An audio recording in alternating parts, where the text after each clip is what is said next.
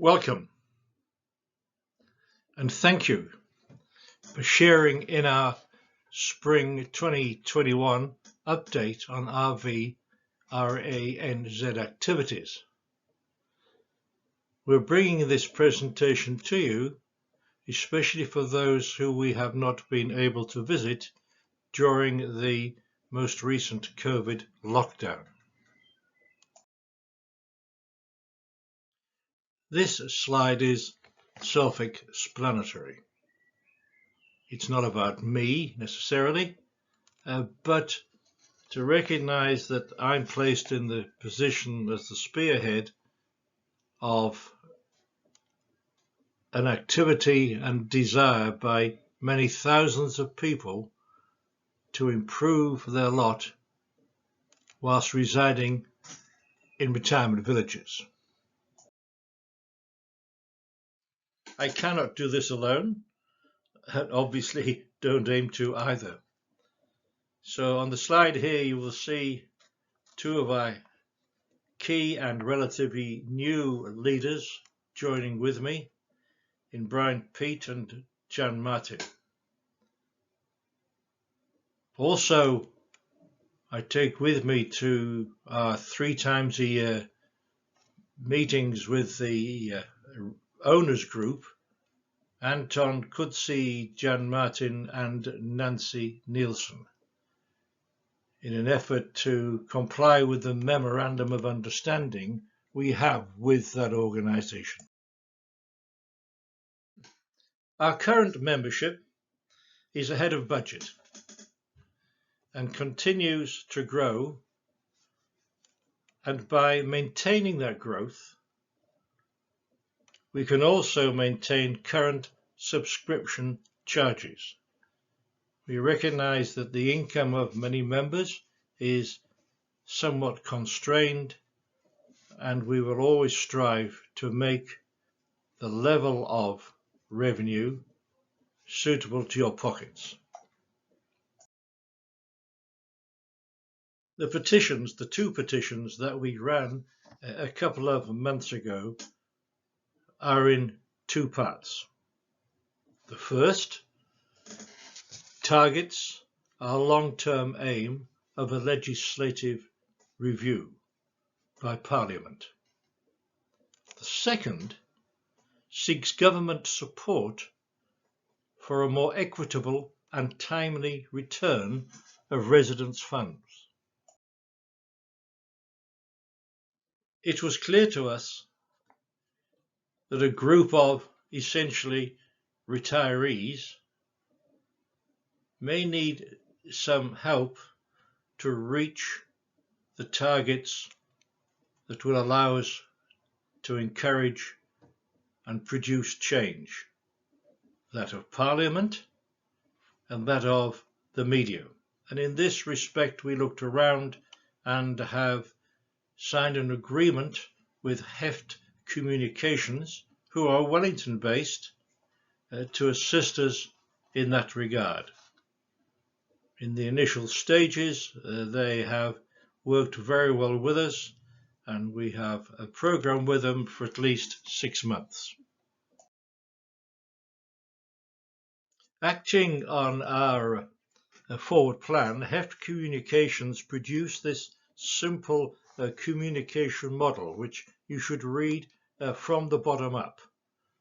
I won't dwell on it during the presentation, but feel free to go back to this slide to understand how we're bringing together 3 groups of relationships with the media, internally within ourselves and with the government, to produce an overarching objective being the concerns of retirement village residents that are publicly heard and publicly actioned to our satisfaction.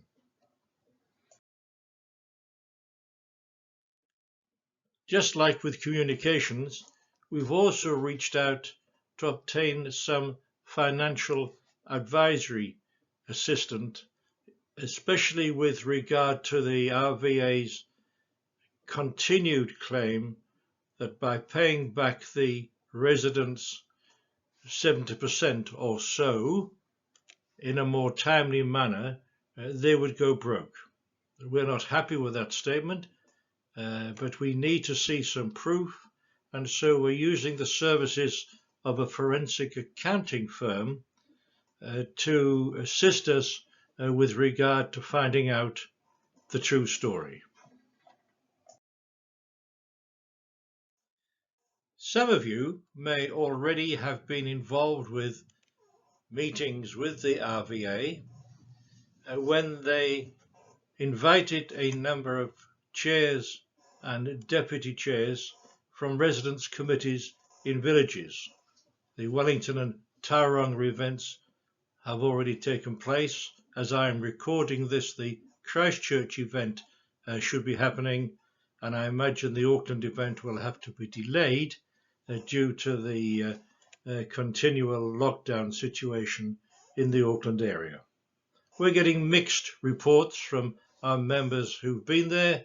It's not a harmful exercise to experience, and brings out a few home truths that people have been harboring for some time.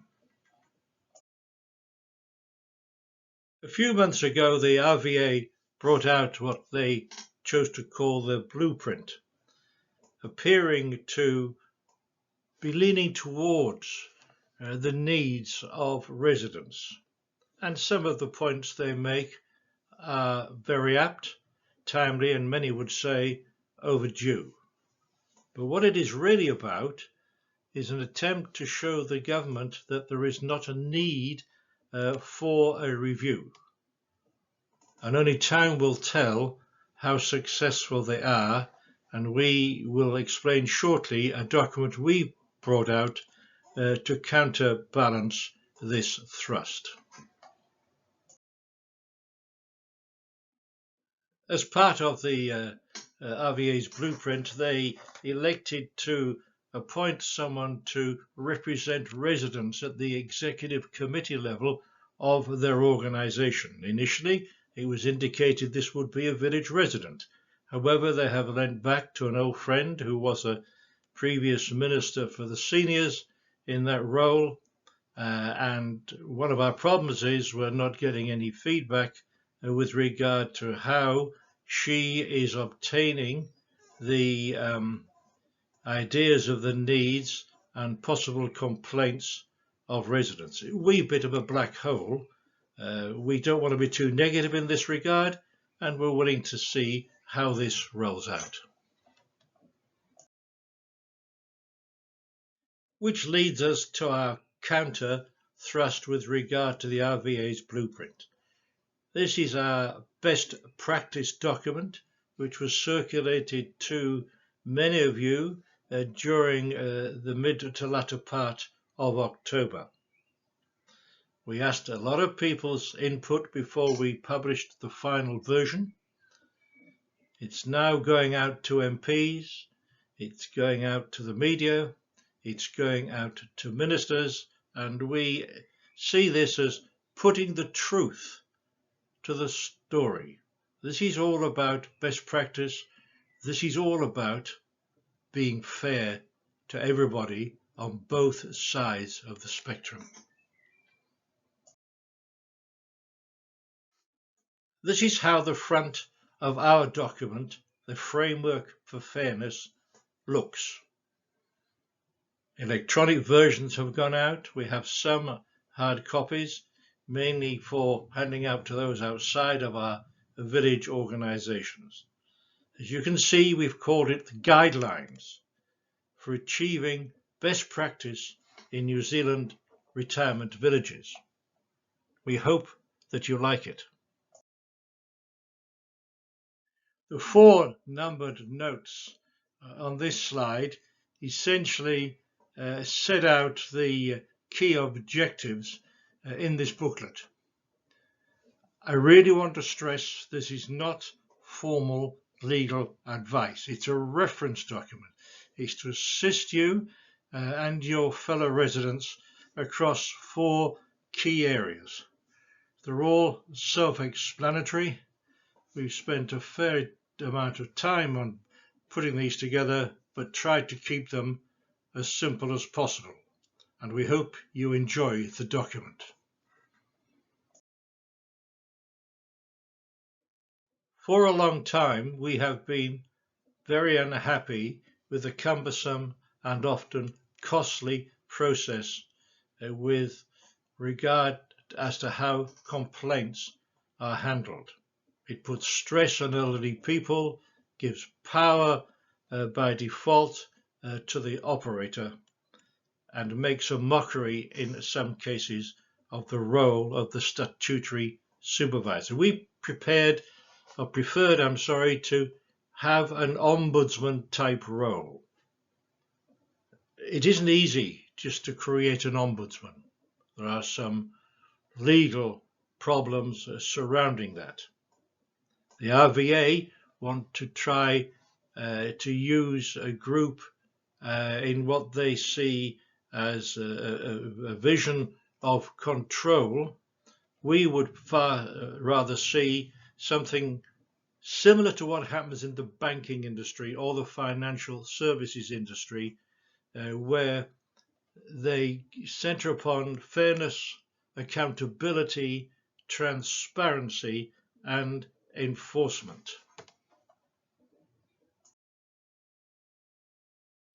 Meanwhile, on the internal communications front, we are working on another printed newsletter to go out to you during the month of November. We do this twice a year. It's an expensive item to put out and to deliver, which is why we're starting to move towards electronic presentations of the type. This is our very first time we've done this in this format, and if it works and if people like it, we will enhance that going out. Meanwhile, for our newsletter, we really would like those of you who feel you can write to send in your opinions about matters in villages.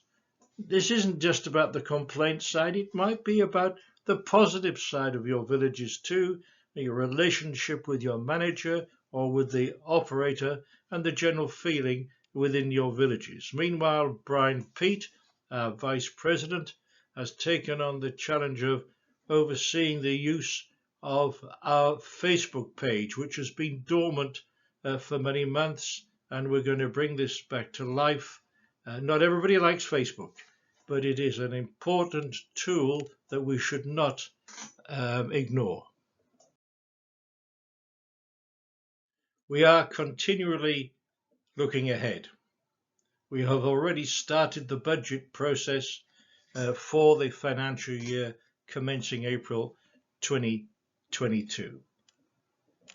We know we need to keep beating the drum about a review. We know we need to counterbalance some of the negative statements coming out from the RVA.